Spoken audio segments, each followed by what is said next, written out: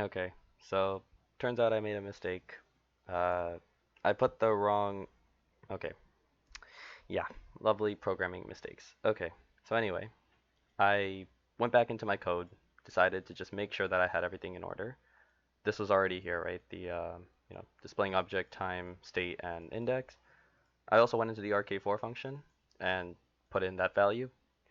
And what you'll find is, if you actually if you run this CLC, I'll do run this only and press Control C in the middle. Okay, yeah. So what you'll find is that first of all, I made a mistake. So if we go through this, we can actually see that.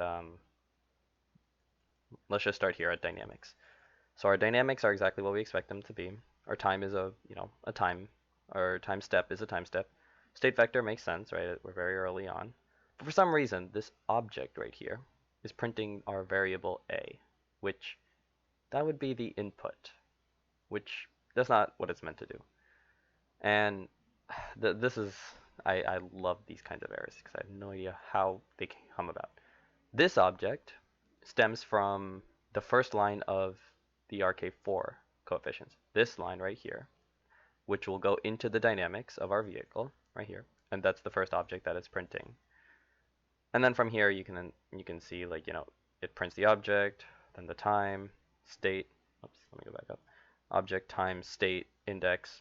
Does that 4 times, right, for all 4 coefficients, and then it goes about its day. Which means we really don't need this object here, right? That's not necessary.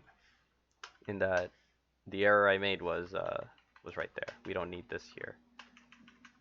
Which I guess is a good thing because it means our RK4 function doesn't need to be changed. But if you're reading this in the future, after watching the last video, this is a correction. You don't need that. Variable argument in should account for your a and everything else. Yeah, and if we sit down and let me just clear CLC. If we run this again and stop it and maybe full screen it just to see the actual thing, we can see that we have what we expect to have, right? Let me go up a little higher just so I don't end up running out of space. So yeah, first thing we have is our dynamics, right, to be expected. Then we have our time, our dt, our state vector, and then within the first coefficient we have our object, time, state, index.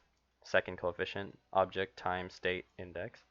Third coefficient, object, state, time, coefficient, index. Or sorry, object, time, state, index. And then our last one, we also have this, right? Object, time, state, index. And then finally, we go back to our dynamics, which would be the next loop, right? Yeah, I I made a little mistake in there. Now you know. So yeah, you don't actually need to put the object thing in here.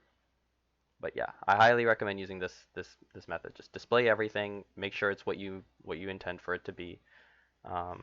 We could even go a step further here. Just we're gonna call this argin display var argin. There we go. Let's see, it shouldn't throw any errors. Let's go back up. Let's find argin 99. This is our index, right? 98 was the previous one. 99 is the next one. So yeah, good practice to constantly print everything you do. This is a correction. You didn't need to change the this function at all. Apparently, it was good as is. So yeah, yeah, that's it for the correction video. This will be up. This should be up immediately after the first video is done.